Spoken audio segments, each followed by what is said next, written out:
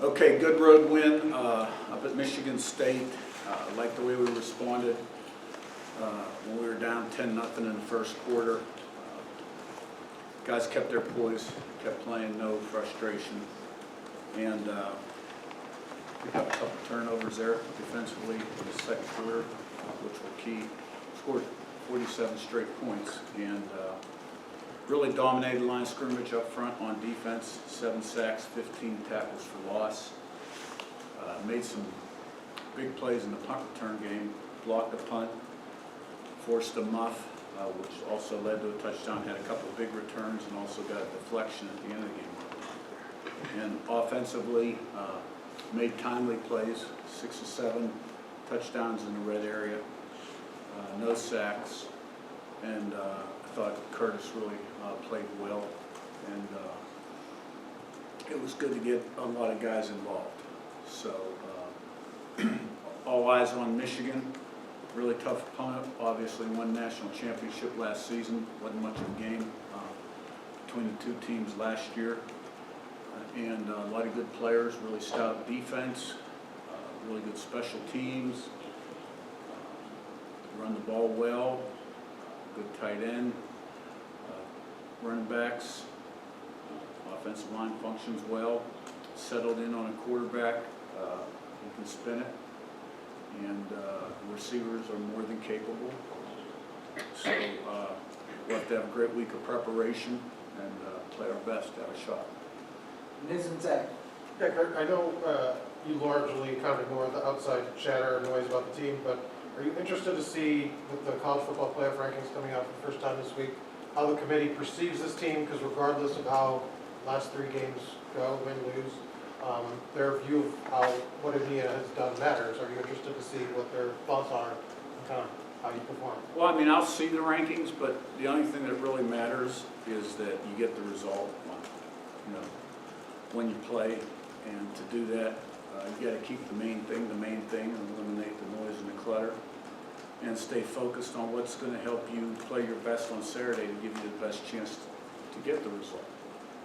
And so, today we got to have great meetings, great walkthrough, and stacked days, moments, hours, to put ourselves in a position to do that, and not get sidetracked, by all the other stuff. And every week presents its own new set of circumstances, and so there's a lot of that going on this week. I'm aware of it, but to get kind of caught up on that and lose your focus would be a kiss of death. Zach and Todd. How do you parse Michigan? Obviously, they've been able to run the ball effectively in some games. You talk about them settling on a quarterback. They've never really kind of found maybe the passing rhythm they had a year ago, but they've obviously they're good on both lines of scrimmage. Just how do you, I guess, just sort of, I don't know if you say explain, but how do you at least sort of evaluate a team that has had this sort of season offensively that they've had with the struggles they've had? Well, I mean, I look at them and I see a really good defense, really good special teams, and offensively, they haven't scored points. They're not in the 40s and 50s, but they can run the ball from 11, 12, and 13 personnel. They've got weapons. They've got good backs. They got good players. And they're a good football team, coming in here with a lot of tradition, a lot of history, a lot of pride, and that's part of the reason it's on national TV at 3:30. So to meet that challenge, we got to have a great week of preparation. Todd and Seth. Heard Colston Loveland would have better tight ends, not just in the conference but in the country. When you have a tight end who can produce like he does, what does it change defensively, if anything, in terms of how you handle a team that tries to attack through that position? Yeah, well, you got to be aware of them for sure. Down the field and on screens, various things. Because when you've got size and speed like that, you create personnel mismatch.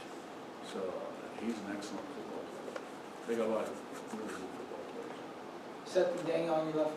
Kurt, I know Michigan's defensive coordinator, Martindale, likes to blitz a lot. Has your offensive line seen a challenge like that in terms of the looks that they'll throw at you? And I guess what's your confidence level that they can handle a challenge like that? Well, we're still fairly early in our preparation, but, at this point in the season, you've seen most of what you're going to see. They do present a lot of looks, and they do a great job. He does a great job. He's an excellent coordinator, coordinated in the NFL a long time, and when you put the tape on, you see, a defense that's very multiple, tries to create problems for offenses, and good players that fly around and play hard, and it all starts up front with them. They're good inside, and they're good on the edge, and they're an aggressive defense. So, we'll have a good plan to be balanced on offense and protect the quarterback, and free guys up in the pass game. Hopefully good in critical situations, and then we got to go out and execute. Daniel, Pete?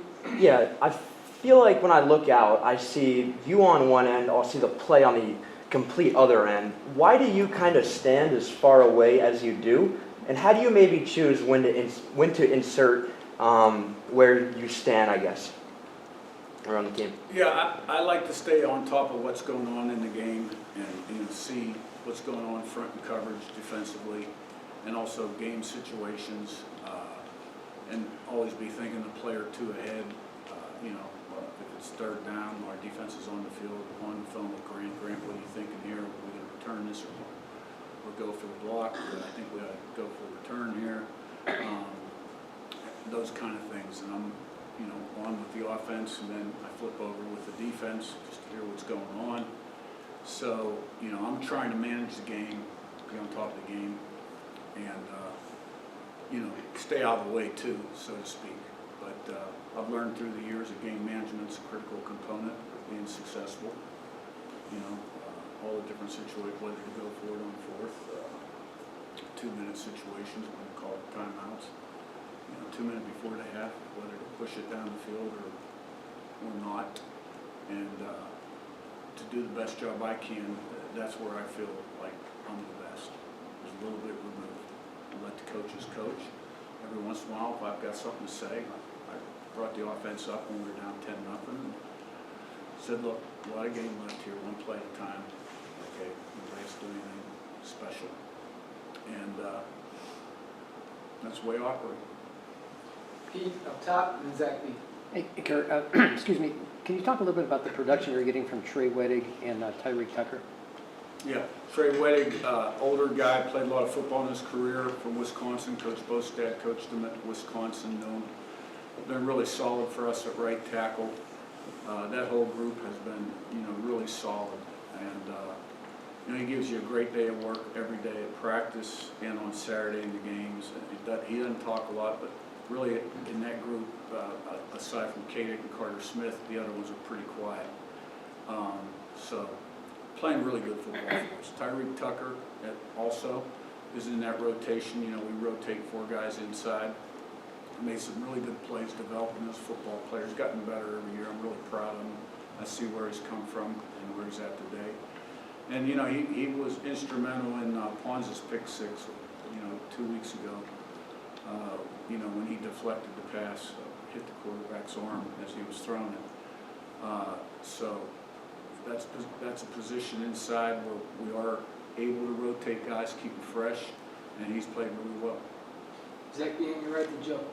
Coach, the first 3 Big Ten games, you guys are -2 in the turnover margin. Now, in the most recent 3 Big Ten games, you're +7. What, in your eyes, has been the biggest result or the biggest reason for that uptick in turnover creation? Yeah, well, we're normally pretty high in that turnover ratio. We started out the season fairly well, and then we had a little spell there where we got a little bit behind. But they were critical in this pass game between the takeaways on defense and the block punts, which I consider a turnover, and muff punts led to at least 16 points. And in the Nebraska game was 28 points. And we're doing a good job of protecting the ball on offense, which is where it all starts, right? Quarterbacks making good decisions in the pass game, and the ball carriers or receivers tucking it away nicely. And on defense, we're swarming the football, and our pass coverage has been tight. The first interception, Aiden Fisher was really good in his underneath coverage, deflected the pass, and Farrell made the interception. Then on the second interception, Farrell made a really nice break on the ball and a nice catch for the interception. So, when you fly around, good things happen on defense. And we're flying around, and a lot of good things are happening, TFL, sacks, and takeaways. Joe, you're right to Jim, last one. Coach, something I've noticed in the conference games is how your team is wearing down teams for the full 60 minutes. I guess, what does that say to the resiliency, both on the physical and the mental side, that your players treat every play like either it's tied or they're trailing?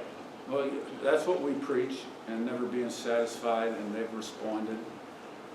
They've been able to kind of compartmentalize and have an edge, good competitive edge going into the game, and regardless of what the score is, the standard's the standard, and we're doing a pretty good job of that, first play to last play.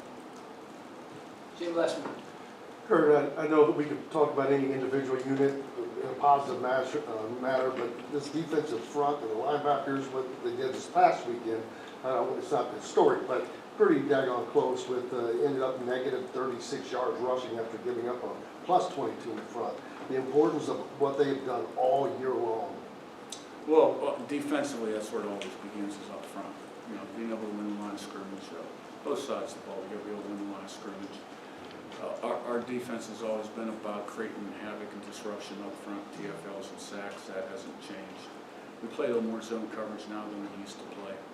And, the linebackers, we put a lot on those guys, and, they're running hit guys, and involved in the blitzes quite a bit as well. And we brought a lot of five-man pressure this last game. And you win championships by having a great defense. And, we certainly have played good defense here the last few weeks. And all season long been pretty consistent. All right, thanks, Coach. Thank you, Coach.